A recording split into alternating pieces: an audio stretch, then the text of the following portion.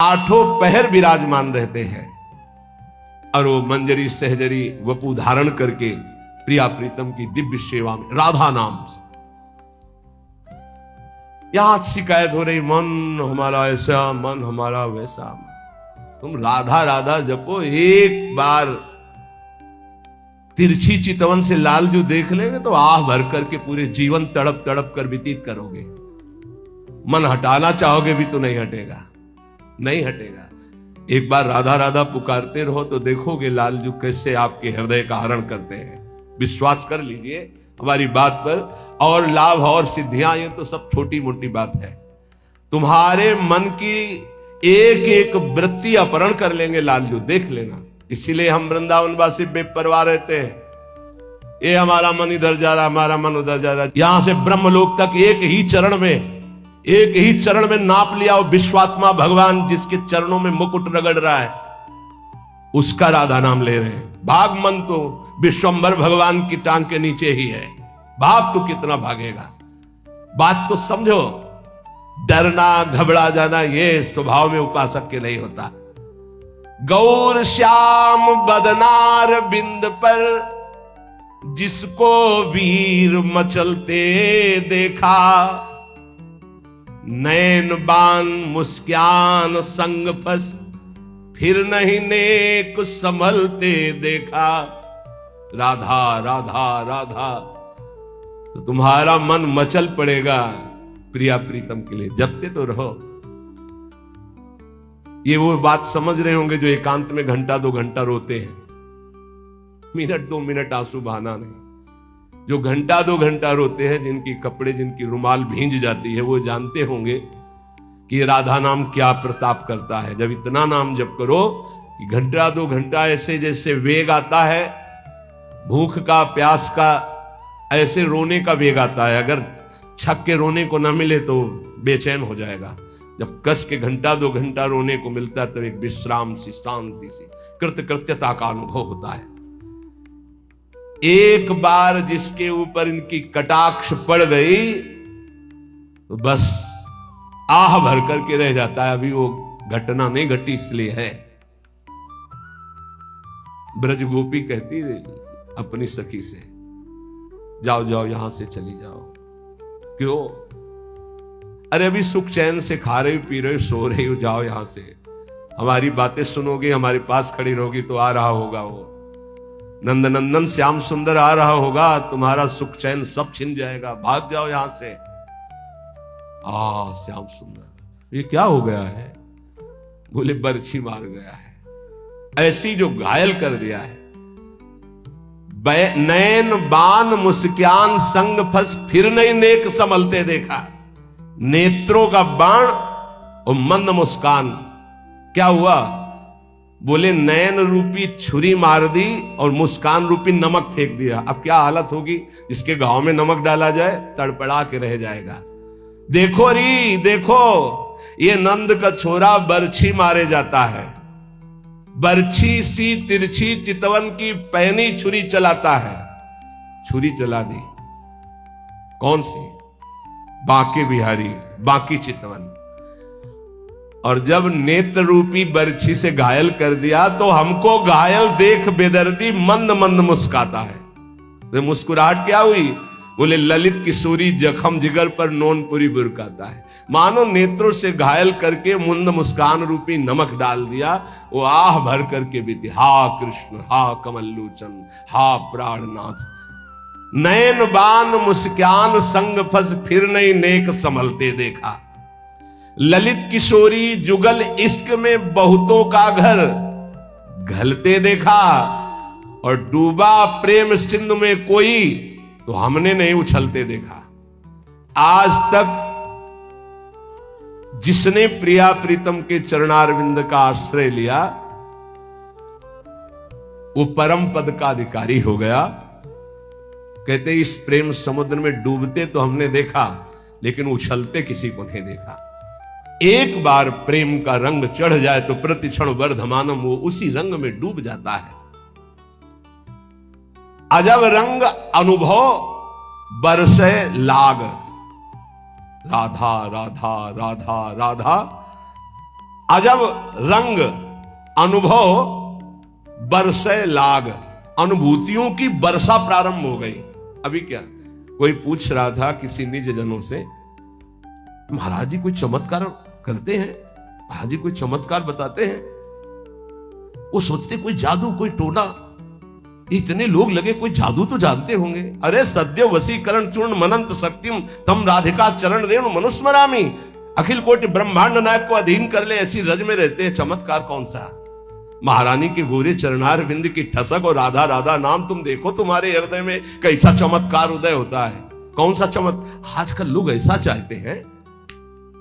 देखो ये 500 की गड्डी, अरे भाई महाराज बस ये नारियल, अरे चले जाओ 100 रुपया के कितने नारियल ले, 1-2 नारियल, 4 नारियल, भजन से नारियल पैदा कर दिया, इत्र 50 रुपया का इत्र मिल जाएगा, उसके लिए चमत्कार भजन, और बोले इत्र निकाल दिए और नारियल निकाल, सबके देखते देखते कुछ नहीं, बोले केला निकाल दिया, ठेलिया खरीद ले यार, 1000-2000 में क्या पैसा, क्या चमत्कार, भजन का फल है।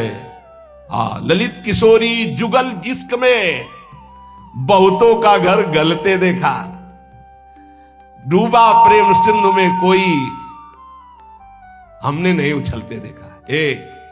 अपने एक लड़का को स्मार्ट मोबाइल देते हो, फीस देते हो, पढ़ाते हो, लिखाते हो, पाई भर तुम्हारी नहीं मानता।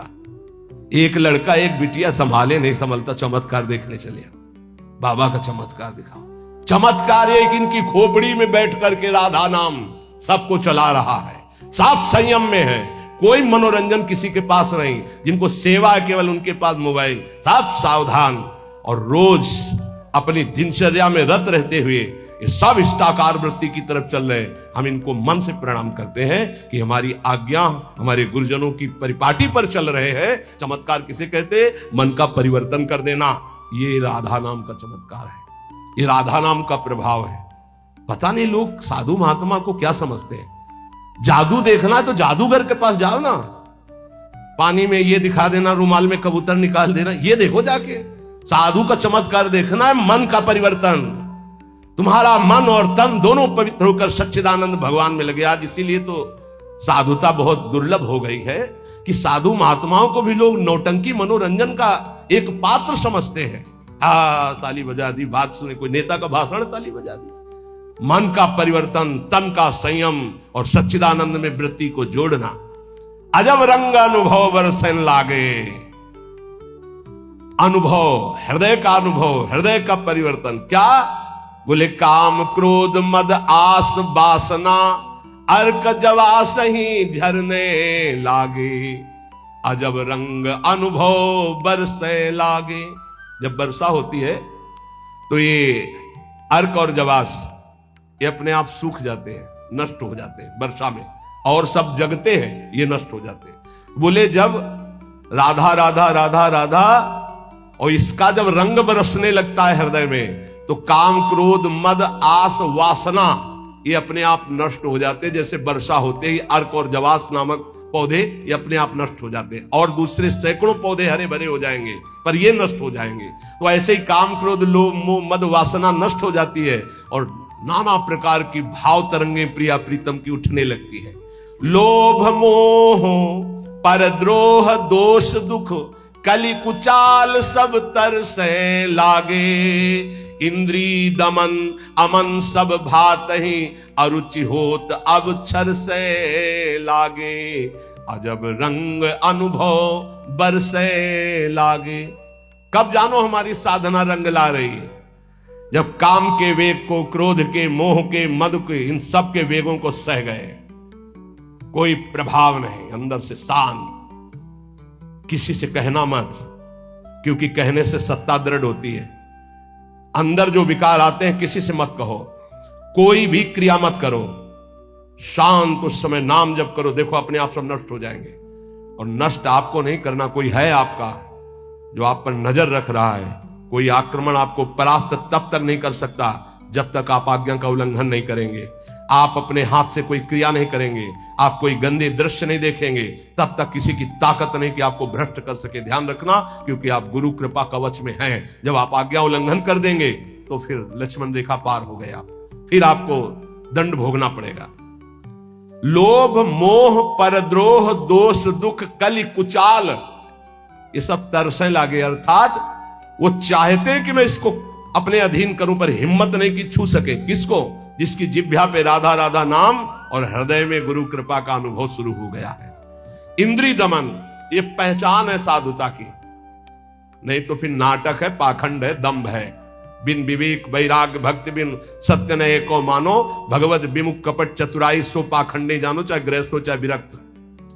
अगर इंद्रियां संयम में नहीं है, मनमानी विकार भोगे जा रहे हैं, तो नौटंकी नाटक भले हो सकता है, वो गृहस्थ उपासक है ना, वो विरक्त उपासक है। इंद्रिय दमन तो अमन सब भाते हैं, सब भात से मन अमना हो गया है तो परम शांति परम चैन है। क्षमाशील संतोष सुराई शांति सहज सुख सरसें लागे। उपासक के अंदर क्षमा बढ़ने लगा। चाहे जितना कोई अनिष्ट करे, कभी द्वेष हो ही नहीं सकता, कभी उसको साप दे ही नहीं सकता, कभी उसका मंगल नहीं कर सकता, जिसके ऊपर राधा नाम की कृपा हो गई है। क्षमा, जाओ तुम्हारा मंगल हो, भगवान तुम्हारा कल्याण करे। संतोष, किसी भी परिस्थिति में शोक नहीं होगा, जैसे प्रभु रख रहे, बड़ी कृपा है। शांति, कोई भी द्वंद्व से अशांत नहीं कह सकता। सहज सुख सरसें लागे, सहज सुख आत्म सुख है, आत्म सुख का रसास्वादन होने लगा। दास बना, ये कैसे हुआ? नाम जपी, पहले दास शब्द है। आश्रय, बहुत जोर की बात हमारे हृदय में बार बार उठती कि ये लोग समझ जाएं कि भगवत प्राप्ति आश्रय से होती, आश्रय से, दृढ़ आश्रय। दास बना पहले, जप नाम दूसरा। बिगड़ी जन्म अनेक की अवै सुधरे आज हो ही राम को पहले, फिर नाम जप दूसरा, फिर तज कुसुमाज तीसरा। और यहां से शुरू किया जाता है सब उपदेश। पहले विकार त्यागो, फिर नाम जप करो, फिर भगवान की शरण में हो। ऐसा नहीं होता, पहले भगवान की शरण में हो, नाम जप करो, तुम्हें बल मिलेगा, विकार छूट जाएंगे। उपजा मुक्ति, मुक्त पद, बहुत सुंदर महात्माओं के वचन है। पहले भगवत दासत्व आश्रय, खूब नाम जप, तो बोले मोक्ष पद भी हृदय में ही प्रकाशित हो गई।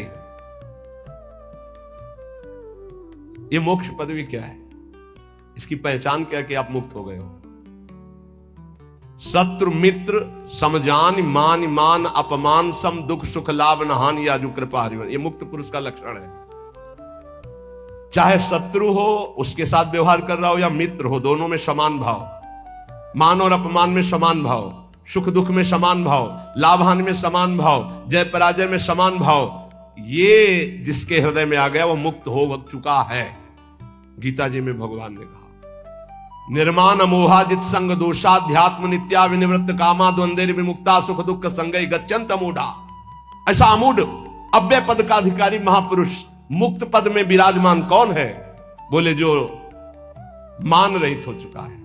मान बिल्कुल उसके हृदय में प्रियता पैदा नहीं कर पा रहा, और अपमान बिल्कुल दुख नहीं पैदा कर पा रहा। अमोहा, ना अपने शरीर से मोह है, ना किसी के शरीर से मोह है। ये मुक्त पुरुष का लक्षण है। जित संग दोषा, चाहे जितने भोगों के बीच में उसका मन भोगने के लिए चलेगा ही नहीं, वो जीवन मुक्त पुरुष है।